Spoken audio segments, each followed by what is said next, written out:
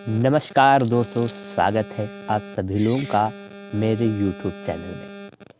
आज की इस वीडियो में हम देखने वाले हैं कक्षा 10 बायोलॉजी का मॉडल पेपर। वीडियो बहुत ही इम्पोर्टेंट है, इसलिए लास्ट तक जरूर देखिएगा। तो चलिए दोस्तों, शुरू करते हैं हम आज का वीडियो।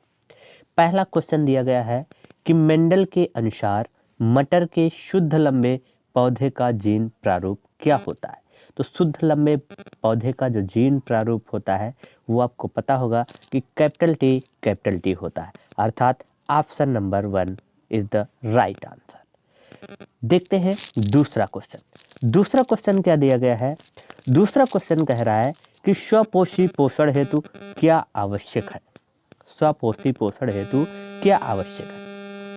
तो आपको पता होना चाहिए दोस्तों कि स्वपोषी पोषण किसमें पाया जाता है। अधिकांशतः जो हरे पौधे होते हैं उनमें पाया जाता है, और ये पौधे अपना पोषण किस क्रिया के द्वारा ग्रहण करते हैं। तो आपको पता होगा फोटोसिंथेसिस के द्वारा। किसके द्वारा? फोटोसिंथेसिस के द्वारा, अर्थात प्रकाश संश्लेषण के द्वारा। तो प्रकाश संश्लेषण की क्रिया के लिए कौन कौन सी चीज़ें अनिवार्य होती हैं। तो उसके लिए कार्बन डाइऑक्साइड तथा जल होना चाहिए, क्लोरोफिल भी होना चाहिए तथा सूर्य का प्रकाश भी होना चाहिए। अर्थात इसका सही आंसर हो जाएगा चौथा ऑप्शन, अर्थात इनमें से सभी। ठीक है, तो answer 4 is the right answer.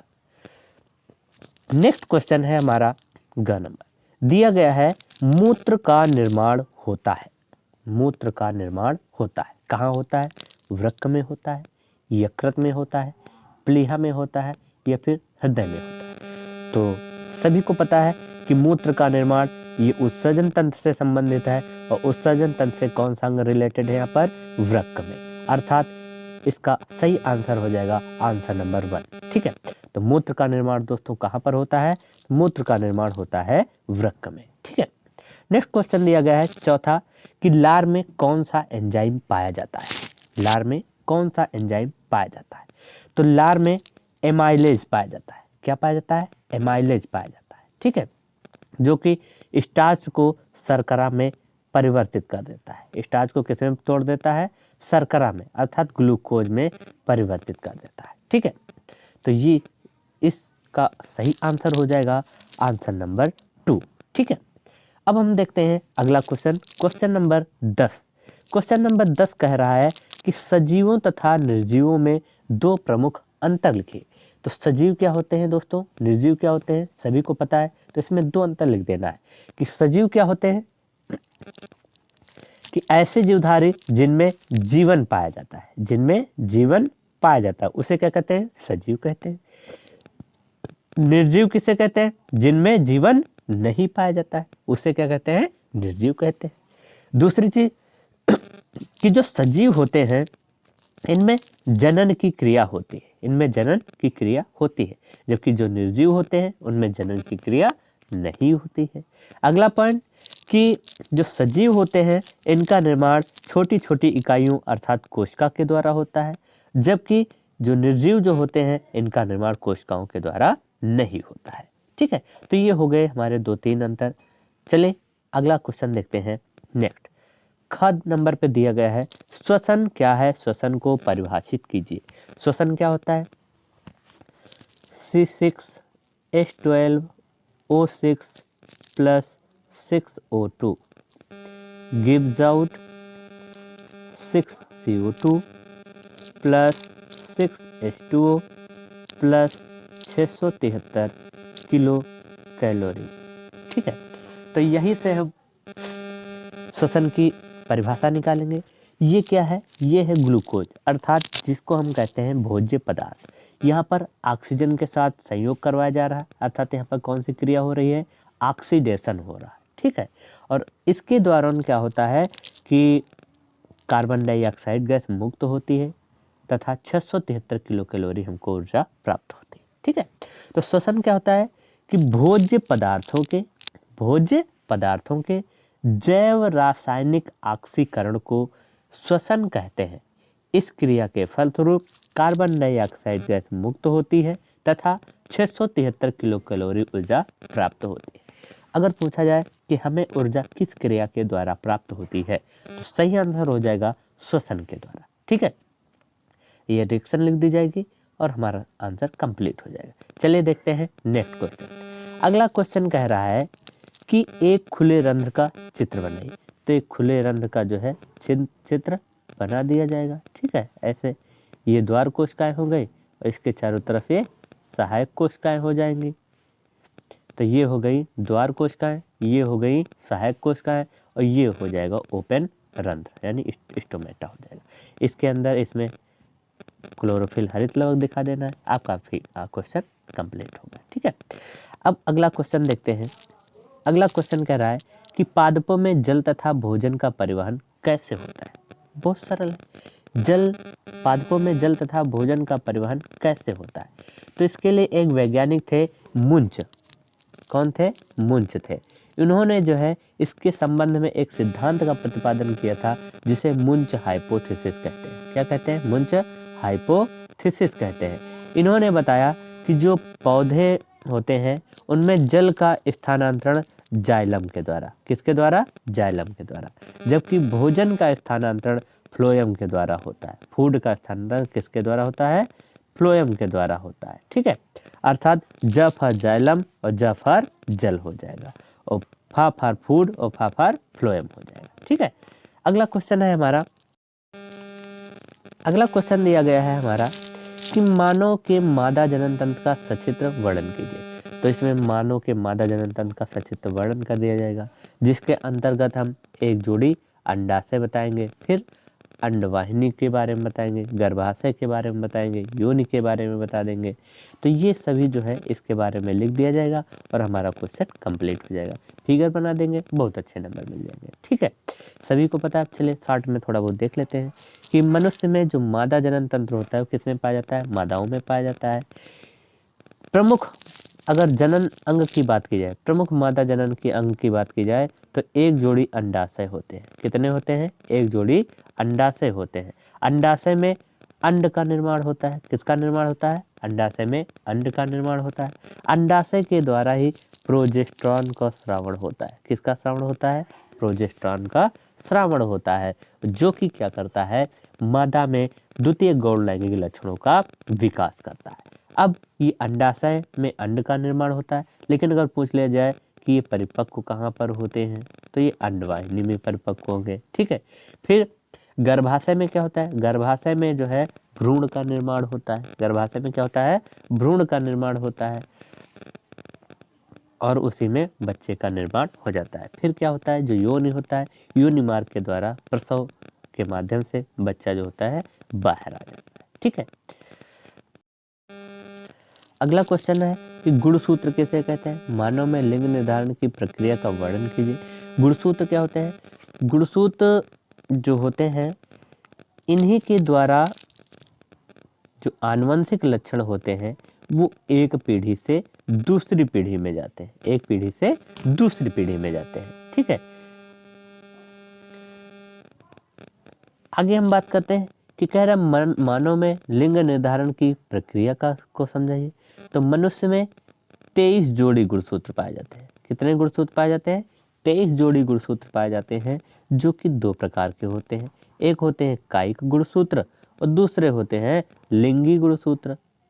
लिंगी गुणसूत्र, कायिक गुणसूत्रों की संख्या 22 जोड़ी होती है, यानी 44 होती है, जबकि लिंगी गुणसूत्रों की संख्या 2 अर्थात 1 जोड़ी होती है। ठीक है, कितनी होती है? 1 जोड़ी होती है।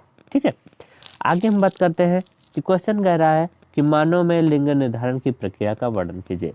तो मनुष्य में नर को XY के द्वारा, जबकि मादा को XX के द्वारा प्रदर्शित किया जाता है। ठीक है, और इन्हीं के द्वारा क्या होता है?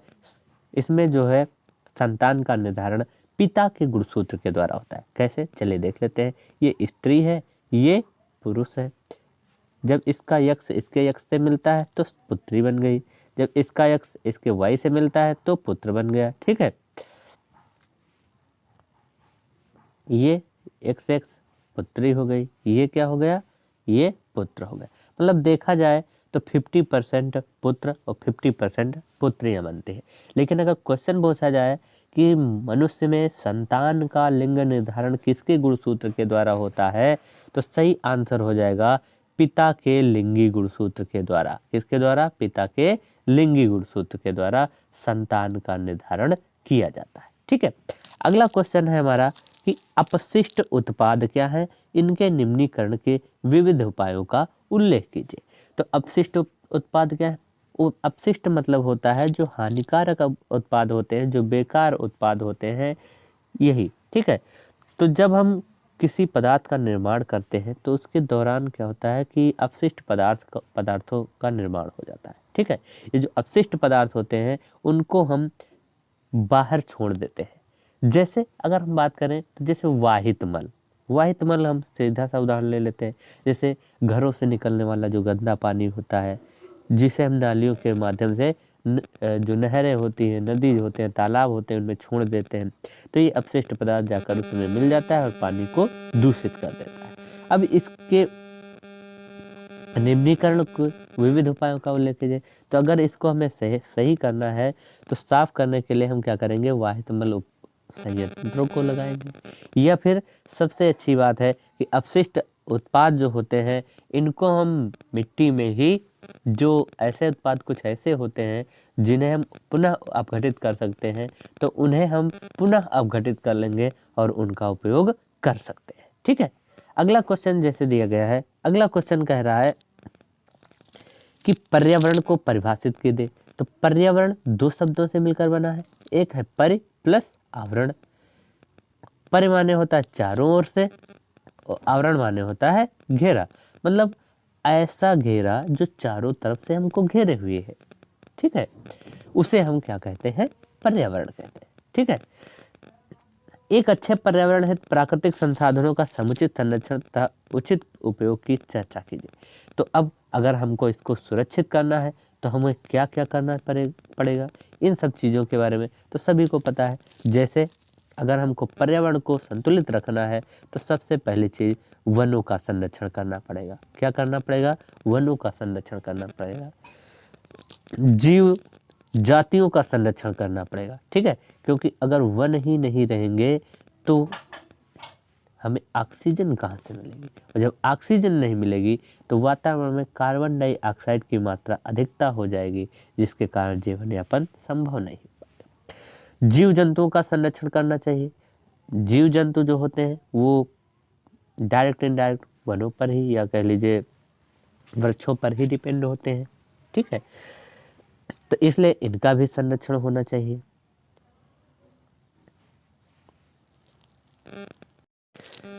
जो विलुप्त हो रही जातियां हैं उनको भी संरक्षण प्रदान करना चाहिए।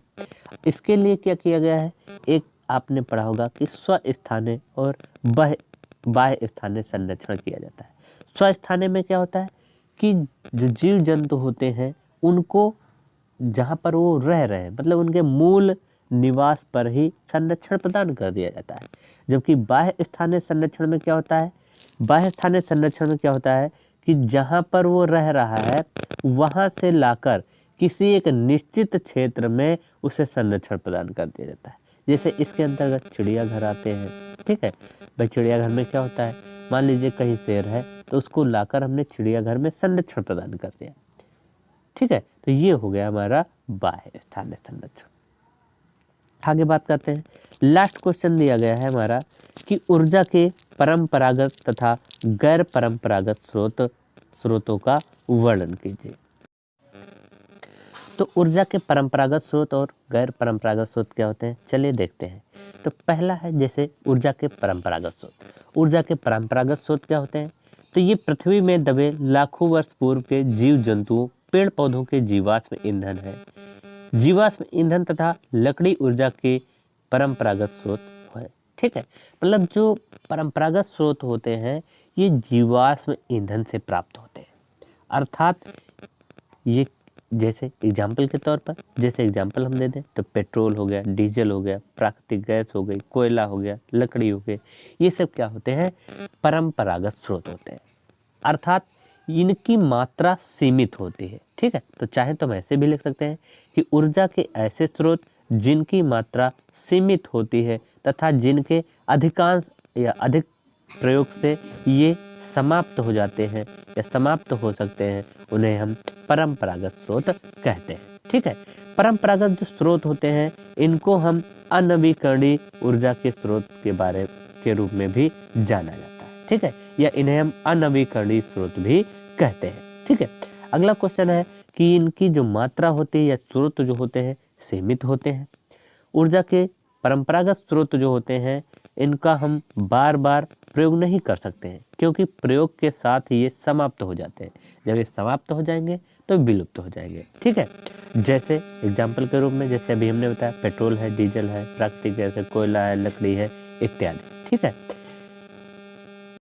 हाँ, तो ऊर्जा के गैर परंपरागत स्रोत क्या होते हैं, जस्ट इसका अपोजिट हो जाएगा। मतलब ये ऐसे स्रोत होते हैं जिनके स्रोत कैसे होते हैं, असीमित मात्रा में होते हैं। कैसे होते हैं, असीमित मात्रा में होते हैं, अर्थात इनका हम चाहे जितना प्रयोग करें लेकिन ये नष्ट नहीं हो सकते।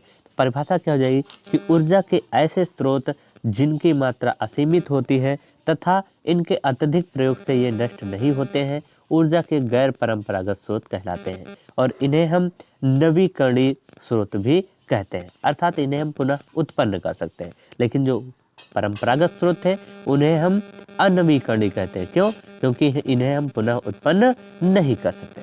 ठीक है, तो ऊर्जा के परंपरागत स्रोत में जैसे अगर एग्जाम्पल की बात की जाए तो जैसे सूर्य ऊर्जा है, पवन ऊर्जा है, जल ऊर्जा है, ठीक है, ये परमाणु भट्ठी है, ये सब जितनी भी ऊर्जाएं होंगी ये सब ऊर्जा के गैर परंपरागत स्रोत होते हैं। ठीक है, इन स्रोतों का बार बार प्रयोग ऊर्जा के रूप में किया जा सकता है। मतलब इनका प्रयोग हम जितना चाहे, जितनी मात्रा में चाहे उतनी मात्रा में कर सकते हैं। इनकी मात्रा या इनके स्रोत असीमित होते हैं तथा इन्हें हम नवीकरणीय स्रोत भी कहते हैं। ठीक है, तो ये हो गया हमारा आज का वीडियो। अगर आपको वीडियो अच्छा लगा हो तो please like, share, comment and subscribe to our YouTube channel. Thanks for watching me.